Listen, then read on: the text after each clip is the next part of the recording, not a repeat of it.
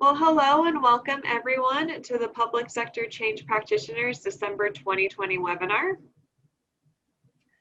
My name is Kelly Hansen and I'll be your host and producer for today. And Jacob DeSaval, who's also online, will be your co-producer and chat monitor. And also, if you have any technical issues, please feel free to email Jacob there and he'll help you out. Please remember to unmute when you want to ask or answer any questions. And you can do that by hitting the little microphone icon in the left corner of your screen.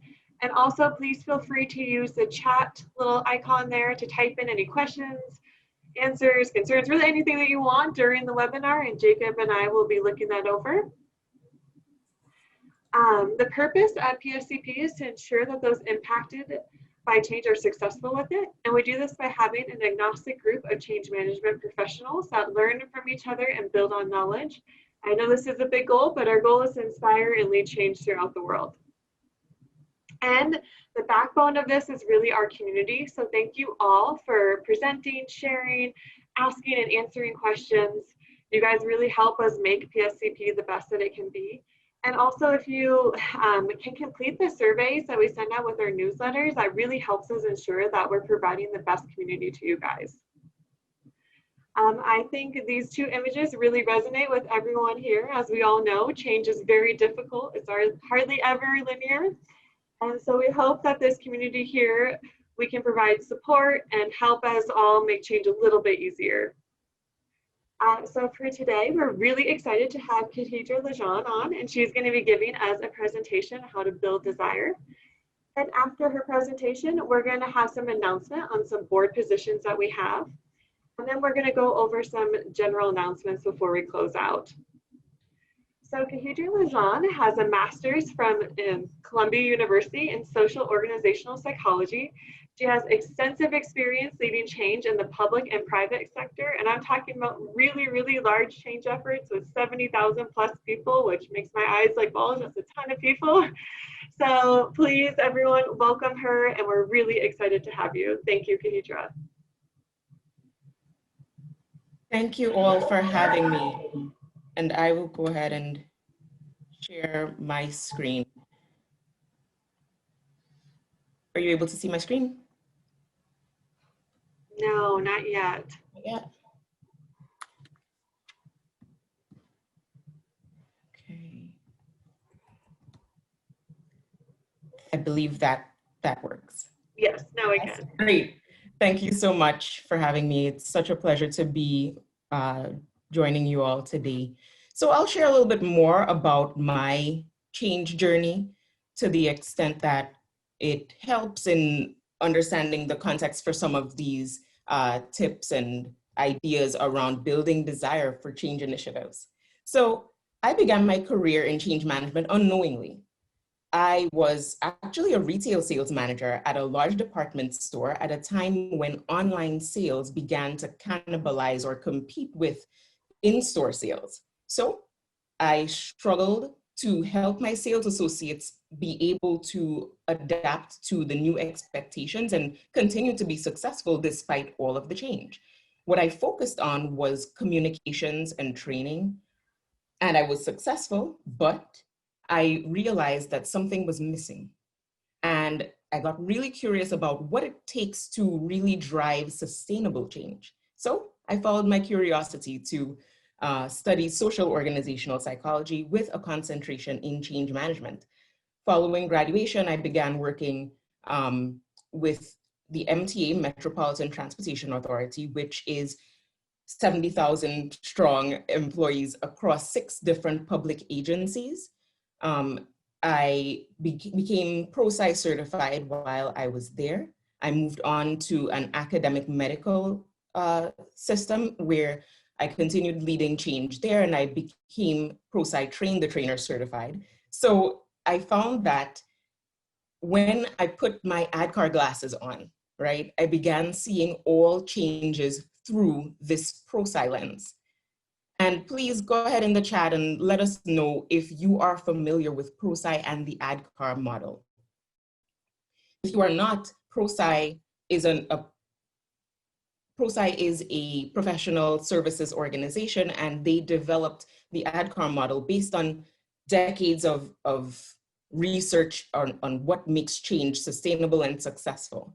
The ADKAR model, the thesis is that change begins at the individual level. Each individual has to go through these 5 milestones or these 5 concrete outcomes for lasting change. So the first is awareness, where people begin to understand really that business reason behind the change. Why are we making this transition? However, we as change practitioners cannot stop at awareness, right? We cannot assume that just telling people over and over what the reason for change is necessarily means that people will become desirous and be willing to be a part of the change. So what we have to do is translate awareness into personal and organizational motivating factors, things that make people decide to be a part of the change. So today we'll dig a little bit deeper on desire. We will uncover 5 tactics for building desire on a project or initiative. We'll discuss the relationship between resistance and desire, talk a little bit about some barriers that may exist. And my hope is that you walk away with some actions that you can take on your project. We'll pause a bit for a brief Q&A, and that will be our time together. So desire is, by many practitioners' understanding and perception, the most difficult personal decision, because it's the personal decision that people need to make to support the change. It is most difficult because there's only so much that the project manager, the change manager can do to ensure that there is desire. It really is that personal decision. And sometimes for people, desire can feel like a light bulb moment, the aha, right? It could feel like the eureka. It can feel like a surge of excitement about a project or initiative. It could feel like a deep sense of purpose, or it could feel like an urgent need, something that needs to be done right away. But whatever that feels like for the people who are experiencing the change, it is a moment, that moment when people make that personal choice, and that moment is inspired by or impacted by the nature of the change itself, but it's also influenced by personal circumstances. So that's why it's really important to take a multifaceted approach to building change on projects. So 5 tactics, there are many tactics. These are 5 that I've personally found helpful in my programs and initiatives through the course of my career thus far. So we will talk about these 5 tactics. Tactic 1, building a compelling story. Understanding, of course, that people like to follow leaders who they can relate to, who, communicate to them directly and who are able to share a narrative that they can tap into and buy into. People also like to be part of something. So that's another thing to consider in creating and telling a compelling story. We'll talk about tactic 2, where we are looking at a problem to be solved. We look at the past versus the future and hope that people will have that light bulb moment, right? When we look at that problem to be solved. We have tactic 3. We talk about a sense of urgency. So helping people understand that there are consequences, or there is a pressing need to get on board and really participate in the change. Tactic 4, understanding what's remaining the same, knowing, of course, that a lot of people prefer comfort as opposed to necessarily fearing the change. So sometimes we have to tell people what's remaining the same to make them more comfortable. So we'll talk a little bit about that. And we'll talk about tactic 5, which is, how does this change make your life easier, and how easy is it to make that change? So we'll start talking about tactic 1, building desire through a compelling story. Year to year, millions of dollars of books are sold, right, on leadership and compelling stories. Why is that? It's because stories resonate, they generate creativity, they inspire interaction, and they inspire transformation. What happens when we tell a story, right? We develop a character that's relatable. The person who's listening to the story is able to relate to, either they see themselves in the character or they see others in the character, and they are able to tap in. We create a setting that is also relatable. We can understand, and it taps into that empathy, right? We create a plot, so a storyline, something that the people listening to the story can follow, and they get sucked in, right? In hearing that story, and they want to help the hero or the character resolve that conflict or help them make that decision. And they start, in a sense, cheering for that character. And then they look forward to that resolution, that happily ever after, right? So those are the 5 most important elements of telling a story. I remember one time when I worked at the MTA, Metropolitan Transportation Authority, I was working on a transformational change, and I had a leading executive. She was very charismatic. Everyone really enjoyed being in her company and receiving her counsel. She was really influential because she had 30 years at the organization.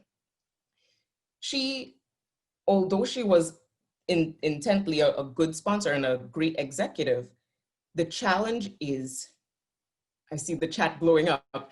The challenge was that this project or initiative was very disruptive, and it completely changed the way we did things at the organization. So there were naturally a lot of rumors going around about that initiative. So, you know, our sponsor was a little bit cautious. She was our reluctant sponsor. So in a meeting, we were talking to her, and we started talking about a little boy being raised by a single mother. The little boy had asthma and was experiencing an asthma attack. And the little boy's mother had to take him to the bus stop and depend on the bus to take him for treatment. And the difference between, in this little boy's life, the difference between his health and his making it through that asthma attack versus an irreparable consequence was the reliability of the bus. We helped our sponsor understand that her decision, whether to support this initiative, could impact the reliability of buses and impact the lives of people like that lady and her little son. So understanding how to create the characters in that story, understanding the setting, helping our executive see the plot, helping her to see that conflict, what happens if you do, what happens if you don't, and then cheering for that resolution, right? Helped that sponsor to get on board. She wanted to make that difference in the lives of people like that lady and her son, right? So the resolution of my story was my sponsor, she really felt compelled to support. She took that story as her own. She began telling it at every meeting she had with the sponsor coalition. Those sponsors started telling that story. Those sponsors started telling that story to their managers, their direct reports, and that story began permeating through the organization. That is the power of story, right? In getting people on board, helping them see that decision that they could make that can change a life, just through a story. Nobody knows who the little boy was, who the mother was. It was just the understanding that there was this conflict and there was a resolution to be cheered for. So depending on your initiative, I want you to think, who are the characters? Is it a customer who's being impacted? Is it, just a regular citizen who's being impacted? Is it an end user of a program who's being impacted? Is it a sponsor? Figure out who that sponsor is. What is the setting that they're working within? What is the conflict, or what is the decision that that person needs to make? And what is that compelling resolution that your audience will cheer for? And of course, I mentioned the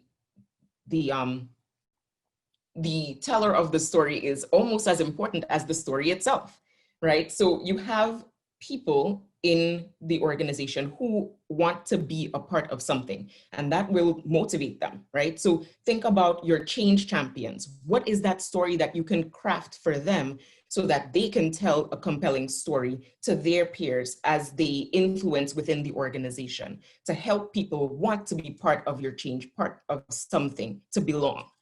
There are some people who are more motivated by their willingness to follow a leader that they trust. So what is that story that you're crafting for the sponsor so that the sponsor can tell that story and really amplify the need for change, or the need to commit to being a part of that change?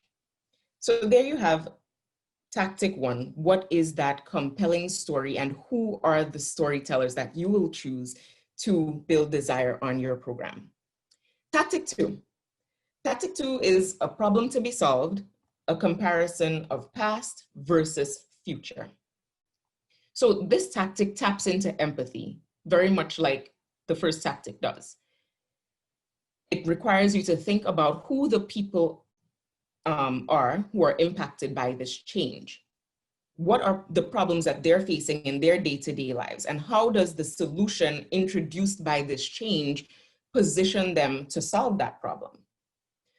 So I'll use the example of a mobile track inspection transition that we made at the MTA.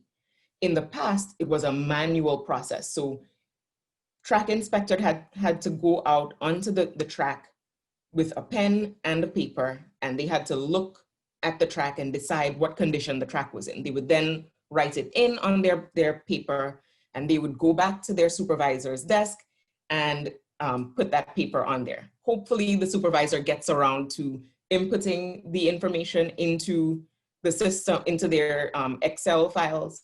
Maybe they didn't, who knows, right?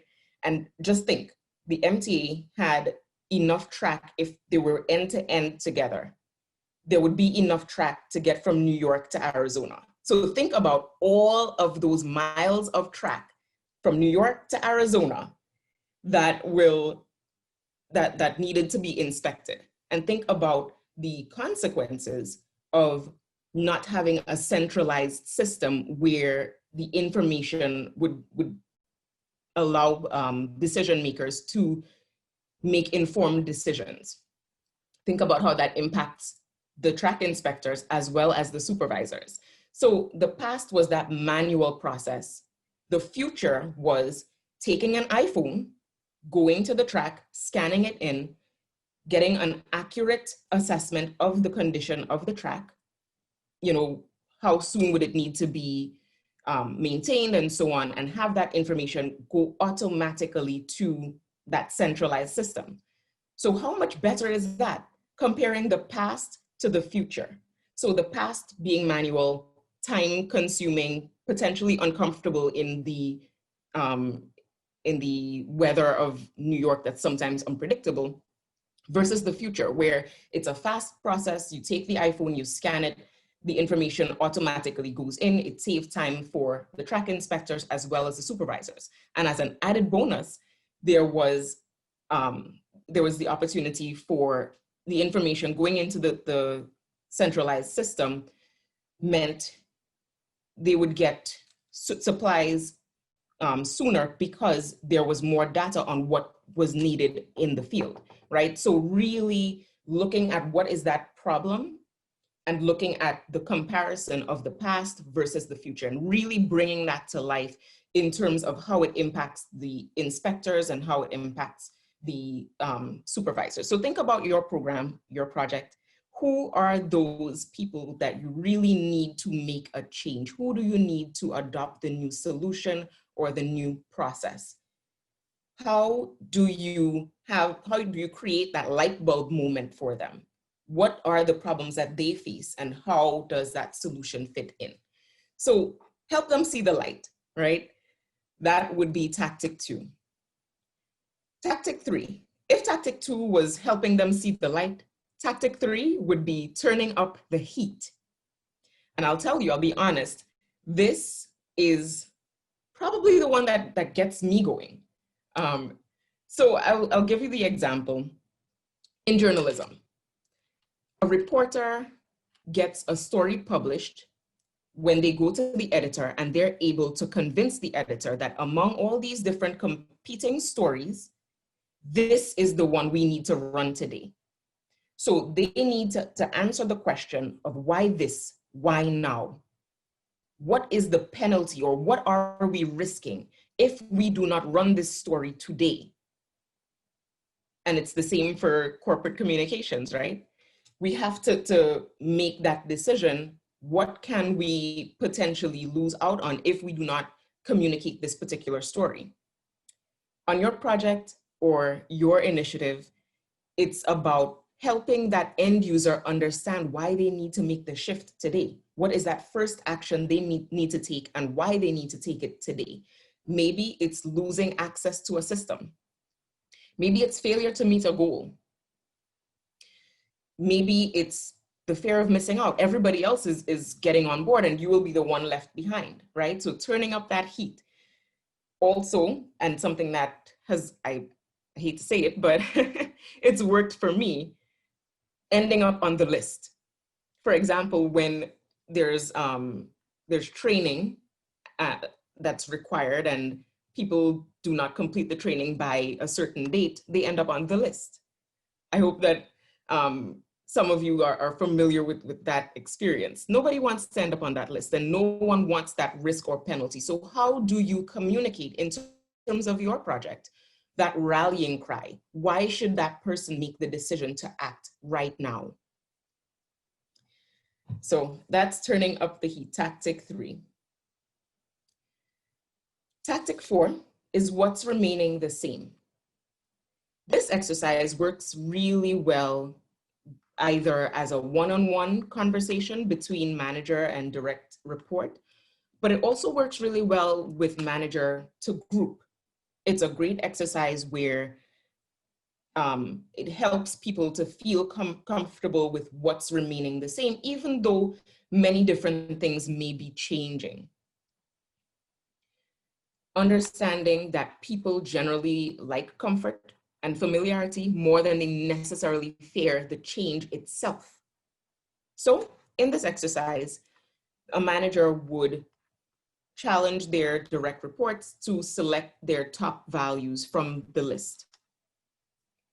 Based on the list, the idea is that the direct report, the employee, the end user, will look at that word or that core value and illustrate how that can still be the case despite moving over to a new system.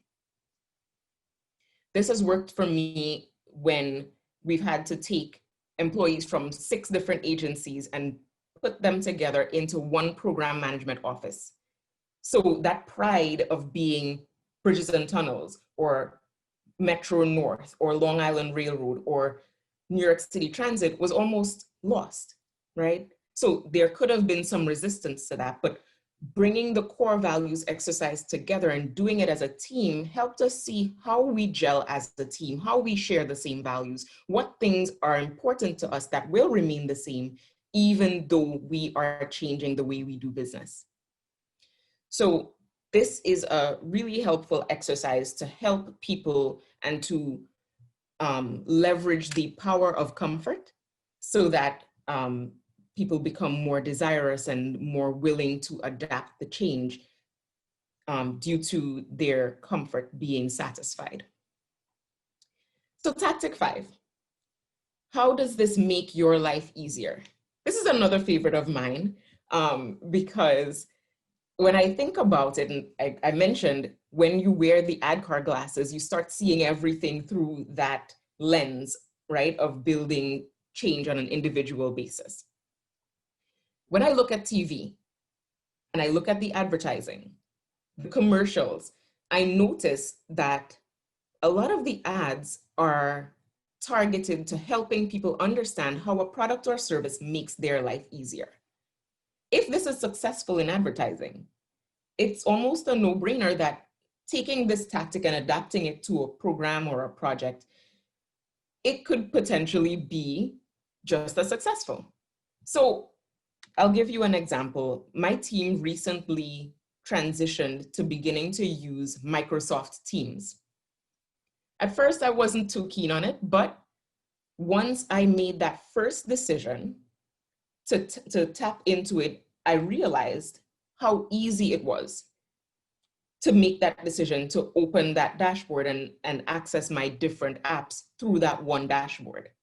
So how easy is it to make that first decision on your project? So think about that. Think about that from the end user's perspective. How easy is it to make that first decision, take that first step to being on board with your change initiative? And then how much easier is it to repeat that decision on a day-to-day basis? So how much easier does it make the life of that end user following that repeated process of using it again and again? So think about that for your project. So how does this make your life easier? Tactic 5. And so some takeaways: understanding tactic 1, building that compelling story, developing a character that people can relate to on some level, creating the setting, helping people understand what that character is facing, creating that plot, that storyline, and that conflict. What is the problem, right? What decisions might that character need to make? What is the potential resolution, and how that character chooses to get to the resolution? Think about, with the story, how do you engage the champions network or the change agents, those peers who are best positioned to influence peers to be a part of the change? Think about the sponsor. What story best fits that sponsor's voice? What story can that sponsor tell to their peers to create those supportive coalitions and to open doors and create resources? What stories do your CEO or your chief of staff, what stories can they tell to their peers at the C-suite to open doors, to break down barriers, to make your change come to life? Tactic 2, what is that problem to be solved? And take the time, of course, to use the chat. I see the chat is going. Use the chat to talk about what tactic is probably the most readily useful for your project. So tactic 2, what is that problem to be solved? How do you compare the past versus the future? And you can do this through many different means. It could be a video. It can be as simple as a 2x2 table, past versus future. What are those distinctions? What are those aha moments? What are those light bulb moments you're creating for those most impacted by your change? Turning up the heat, tactic 3, that sense of urgency. Why this, why now? Why do we make this decision? Why do we take this first step? And why do we have to do it today? Why can't it wait? What is that? Maybe it's a system that they're being locked out of, or right? If you change, for example, from Skype to Microsoft Teams, what can they lose out on? What's that fear of missing out, that sense of urgency? Why do they need to do it now? Tactic 4, what's remaining the same? Tapping into values, tapping into the things that people enjoy most about their roles, enjoy most about their team, and helping them see what that could still look like once the new system or tool is implemented. Understanding that comfort is sometimes more important to people than necessarily the fear of the change itself. Tactic 5, easy to change. How easy is it to make that change the first time? how easy is that first step? And how much easier does making this step repeatable on a day-to-day basis, how does that make their life easier? And understanding, of course, that there are motivators for participating in the change, and they are inherent in all of the tactics that are used to address them. So we'll move on for a second to the barriers to desire. One can be a lack of awareness of why a change is needed. Again, going back to ADKAR, you can't necessarily move on to desire if you haven't really fulfilled awareness. So that lack of awareness of why a change is needed, you might be hearing, well, this is the way we've always done it. Or if it's not broken, why are we fixing it? So that is one barrier to desire that, again, can be addressed by using that sponsor voice. Going back to that story, what are you empowering your sponsors with? How are you using your sponsor roadmap to help these sponsors deliver this message in a way that people impacted by the change can absorb and can open the door to desire? Barrier 2, change-specific resistance. We talked about how people's desire to change is partly based on personal circumstances as well as the change itself. Sometimes a change for an end user can be perceived as, oh, this is something that's just going to increase my workload. Or this change is happening to us. Nobody consulted us. They don't know how we do things, but they're telling us from the ivory tower that we need to make this change, right? Sometimes it's the increase in accountability and transparency that can cause some angst and some anxiety, specific to the change itself. And in this particular case, you might consider ways in which you can engage people before the change, right? So that they don't feel that this change is happening to them, that they feel that they were consulted or included. Some ways to do that would be through focus groups, where you sit, you have conversations that are anonymous and they can share how they really feel and find ways to collaborate on what the change looks like in implementation. It may not alter the change itself, but at least people will have a say in the way that it's rolled out. And that creates some comfort and some buy-in to that change. Barrier 3, change saturation. I'm sure that most of you on the call can relate to public agencies being expected to deliver on these solutions to many complex mandates and complex problems that we may face, and being expected to do that faster and with less and less resources. Change saturation also can be impacted by past experiences with change and people saying, oh, well, we've tried to do that already and it didn't work, right? Maybe you heard that in your organization. So some ways to overcome that change saturation can be really distinguishing this change from its predecessor. A way to do that might be on an FAQ, just stating the question, just in the way that an end user who might have this barrier would ask it. Well, what's the difference between Microsoft Teams and Skype? Right? If that one didn't work, why will this one work? So really making it clear what that transition is and how this time we are enabling systems and we're supporting people to make this change work. Another way is tactic 2, right?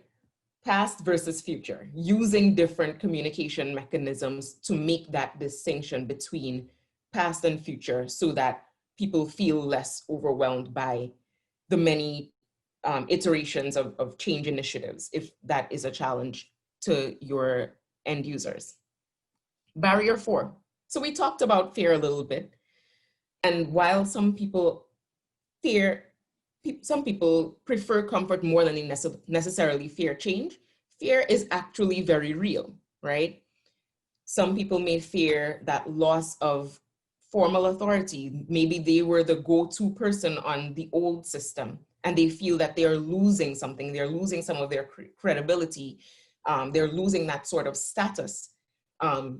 It could be that they fear losing that status. They can just be feeling that they lose control. When people begin a job, they create that rhythm, right? And having that change can be very disorienting. So fear of loss of control is also very real.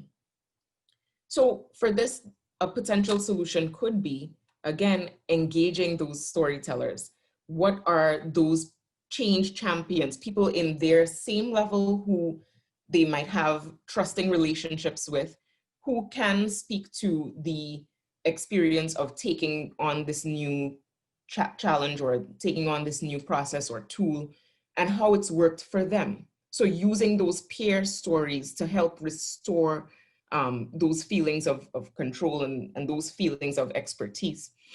Another way is to ensure that in the planning of projects, that there are early adopters. Maybe it's a pilot, maybe it's user acceptance testing that's designed in a way to make people feel more comfortable. Barrier 5, lack of support from management or leadership. Really, this is non-negotiable in a successful change initiative. That sponsor voice has to be loud. That manager voice has to be equally as loud. And that manager and the leadership, they really have to communicate directly. People who are experiencing change are really looking to their leaders for the guidance, and they're looking to see whether words match actions. And they will use that to make their personal decisions about whether they should prioritize this change or whether it's a flavor of the month. So really, again, engaging those sponsors, engaging those managers, and providing those managers with the information that they need right when they need it, so that they can cascade down and they can leverage their relationships with their people to motivate and to help spark that desire. So we know that resistance is a real risk for change and change initiatives. So these barriers to desire can turn into active resistance. But the thing here to note is that resistance is the dark side of desire.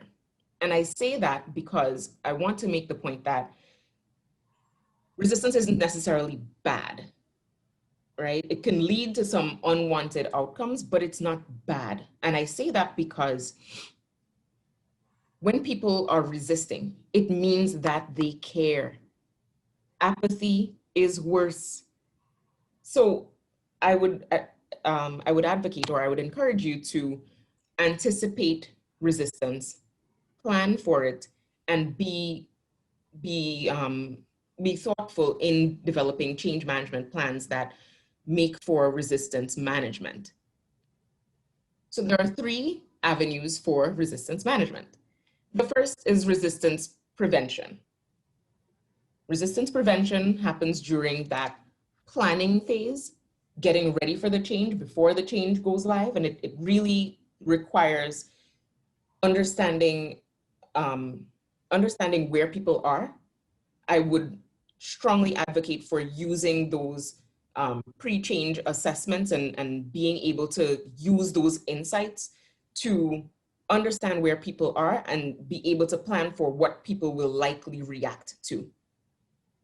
It's an opportunity to engage managers up front as well and have them also share insights as to why their people may not necessarily immediately adapt to the change, or what they, because of their proximity to their direct employees, they're able to create insights and share the awareness of where people are and what things they might react to. Proactive resistance management is essentially those tactics, those resistance management tactics that happen during the rollout of the change, from the first communication all the way till go live. These are the proactive resistance management tactics. So it requires having that clarity that I referenced from the assessments, having those managers' insight. At this time, it's really important to, again, give the managers the tools and the resources that are necessary. Maybe it's giving them tools that can help them incentivize the adoption of that change. Sometimes it looks like walking down to the communications department and asking them, hey, do you have any tchotchkes? Do you have any notepads, any keychains that you can give to me so that I can, reward and reinforce behavior and get people excited about the change, right? So it's enabling those change agents as well to act as peer leaders. Again, this is where those stories come in. This is a story is a tool that you can give to those peer leaders to help drum up that desire and help to quell any resistance before it starts. And then, of course, using the executive buy-in to address the resistance. Sometimes, again, it's important to have sponsors tell stories, but it's also important for them to be able to communicate directly and call a spade, right? And to address any resistance before it starts. It really is important to have that active and visible sponsor support throughout the life of a program or initiative. And this in the proactive resistance management from the go live, from the first communication to the go live of the new system or tool, this is where the rubber really hits the road. And then there's reactive resistance management.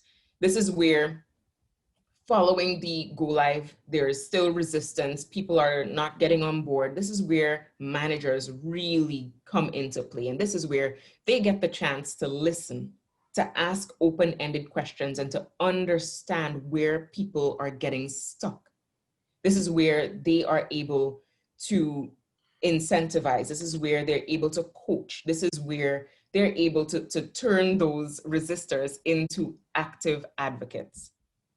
So this is where those managers get to have direct communication and support their people through transitions. So here is a checklist that can be used as an audit tool to determine if you're using the best practices in managing resistance.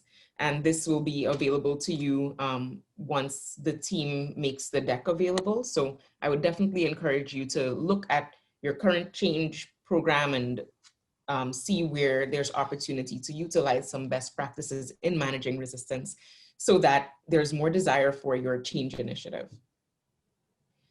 At this time, I'll pause for any questions.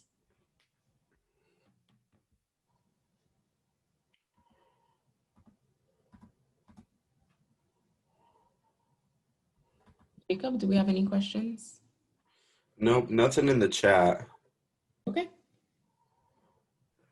I think there was one way up there, but somebody answered it too. I think it was about just sharing the deck.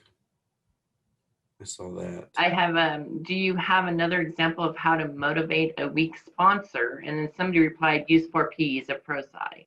Mm-hmm. Absolutely. So again, it also kind of depends on the budget for your program, but I've experienced it where we've had to bring in an executive coach, right? And have them sit with that sponsor and coach them both on the initiative, but also how to show up with those sponsor behaviors. Another thing I would throw out, if there are other informal sponsors, other executives, for example, a chief mechanical officer or chief engineering officer who can sit with that, let's say it's the chief of staff, right? And help them understand from their part of the business how this particular change is going to benefit the business outcome. So think about who are those other stakeholders who are in a high enough position that they can realistically influence that reluctant sponsor. Engage them, let them have that coalition. Of course, I would also provide them with sponsorship tools, a sponsor roadmap, helping them understand why change management is necessary and helping them understand what behaviors are usually most effective in sponsors helping people to get on board with the change. So really thinking about who those other high-powered stakeholders are and supporting them to get your reluctant sponsor on board if they're available to you. Another thing could be a sponsor assessment. The ProSci has a great sponsor assessment, and it could be very helpful. And again, that also depends on your relationship with said sponsor. It depends on what the shortcomings, if you will, of that weaker sponsor is. Another thing to think about is that sponsor at the right level? Maybe you don't have a chief of staff, or maybe you don't have someone in that particular organizational tier. Maybe you need someone else, right? So a lot to think about. A first step would definitely be using that sponsor assessment and leveraging other people and creating those coalitions to build up that desire in the sponsor. Awesome. Another one is from Chandra. It's what are typical examples of resistance that you've encountered? Oh, so some examples of resistance. So there's active resistance where people will tell you flat out, nope, not doing it, right? So I've experienced that in a focus group that I conducted out in a train yard close to Connecticut. So we were asking about the program and perspectives about the program, and they said, we don't agree. We don't like this. This just sounds like something that's going to cut back on our overtime. This sounds like, oh, cost savings. Cost savings means that you're laying people off, right? So there's that active resistance, which again is great because it helps you as the change practitioner to understand where people really are and where they're getting stuck, where they're misinterpreting things, and it gives you an opportunity to also change your strategy or alter the strategy so that you're meeting people where they are. So in that experience, I had the opportunity to explain, well, no, this program, by cost savings, we're not necessarily laying people off. It's just with the less time you spend on this manual task, it means you get to spend time doing the tasks that are more fulfilling to you and that drive more value in the organization. We're not at all trying to lose our people, right? Our people are who make New York run. So that was, that clear example, just again, creating that opportunity to have open conversations sometimes helps you see that resistance and helps you to correct it. Another way is the passive resistance, where people nod, say yes, and they don't do anything, right? And it takes a longer time to uncover that resistance. So one thing is creating accountability, having people say, I will do X by Y time, or having them, send us a picture of having done X, Y, Z. So, that part takes more creativity. It also takes bringing managers into the fold, really using, for example, compliance reports, and coaching the managers and giving them the tools to incentivize, giving them the tools to have those critical conversations where they get their people on board and they help build that that desire for the change and help build that understanding as to why we're doing this change and why should they get involved.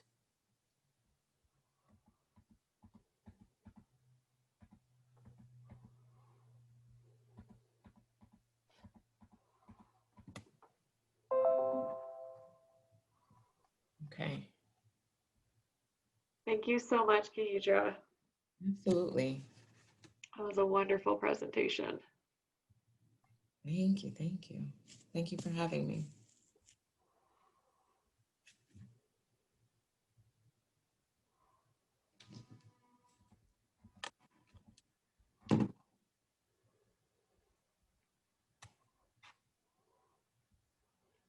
Awesome. All righty, Megan, I don't know if you wanted to speak on this a little bit about joining the PSCP board. Hi, everybody. Always good to connect with our community, and good to also keep in mind. I'm sorry, Jacob, it looks like you're not in presentation mode, so I don't know if you need to switch screens or what you got going on there. Yeah, let me switch it up real quick. But yeah, community. We are a community of practice, and that means that you all are really important to our success. We are making some changes, and one of those reasons, kind of a catalyst for this, is that our very own Michelle Malloy has a new position with OIT Colorado. So yay, Michelle. And so it's an opportunity for us to also shift and grow. She's still going to be involved. I'm still going to be involved. Claire's still going to be involved. We won't have the support as what in the past. So yes, the deck is going to come out. All of our webinars, so you all know, are posted on our website. The full recording, as well as all of the decks. So for all of the webinars we have ever done, you can go and just help yourself to all of that at the website. If I could have one of our producers post the link to our website, and then you all should just bookmark that and utilize it. There's lots of resources on our website, so please utilize that. Sorry, squirrel. Talking about the board. Should we start calling you Dory? Yeah. Don't get me off on another thing, Michelle. We're talking about board positions. So we are broadening our board. We want more representation from around the country, around the world, if possible, and different industries, and new ideas, and we want to grow as a community in general. We want to have that discussion a little bit with you as well, in terms of what we can better serve you and support you all in the work that you do. And how you all can support us is to join our board, be part of this production that we do. We have a need around communication, so ways to promote what we do, to work on the newsletter, to just keep everything updated, send out invites, and so that's a position. We're also looking for a production lead. The production lead, so that's what lovely Kelly has done for us this month, and this is a really exciting position. This is where you're contacting the potential presenters, working with them, supporting them in their presentation, and then getting the dates solidified, working with the rest of the board to make sure it all goes smoothly, and of course using our Zoom platform. So we are also looking for technology and analytics lead. Always need help just making sure our website is up to date, that those things are getting posted that our community is looking for. And yeah, that's pretty much it there. The program support lead, you'd really work with all the board members just to make sure that our processes are clear, that they're documented, that as we grow, we can scale up in terms of our financial support, and those kind of details. And so, so four open positions. We've gotten a few applicants, but we are looking to close that tomorrow. So we want you all to go right now and apply for these positions, get involved with us, so that we can start the new year with some strategic planning and visioning. Yes, Michelle, come play with us. We do have a lot of fun, and we learn a lot, and we connect with other people. So we hope to hear from all of you on that, and simply email us at our info at I'm sorry, that email is incorrect. it's just PSC practitioners, not that second P there. So, so info at pscpractitioners.org. Thank you, Michelle. And let us know where you're interested, what position you're interested in, why you think you're suited for the position, and what you love about change management. Awesome. Alrighty, and just to kind of backpack off that a little bit, Megan hit most of it, but yeah, the call for board members is going to close very quickly. So if you are definitely interested, apply for that. Also, she brought up how Michelle has taken on a new position in a leadership position for the Colorado Governor's Office of Information Technology. She's the organizational change manager over there. So she's going to be doing great things over there, and she'll still be a part of PSCP. Hopefully she'll provide updates or maybe a webinar in the future of the story of OIT's journey and change and what she's been able to implement. Also, we would like thoughts on the next steps in maturity for the COP. Any ideas such as like a nonprofit, ability to offer continuing education credits, something like that. So if anyone has any ideas about that, feel free to send them in. And last but not least, have a safe and enjoyable holiday. I hope everyone is not affected over their holiday times with this COVID nonsense going on right now. So hopefully everyone's able to have a safe holiday and be able to enjoy their holiday as well. And here's the PSCP website. And here is the LinkedIn group as well. And this deck will be shared. So if anybody needs to revisit these, they will be shared.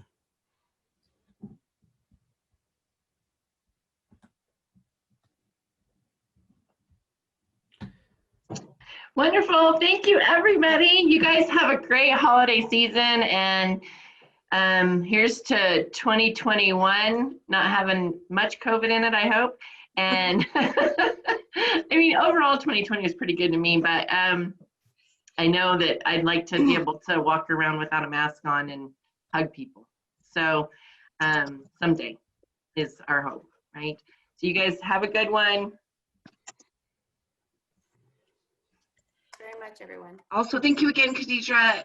Great presentation. We're getting Very lots awesome. of positive comments from that deep dive into desire. So thank you. Great tips, great insights, and hopefully relevant. I know relevant for me. So It was very relevant for me moving into what I'm doing. So.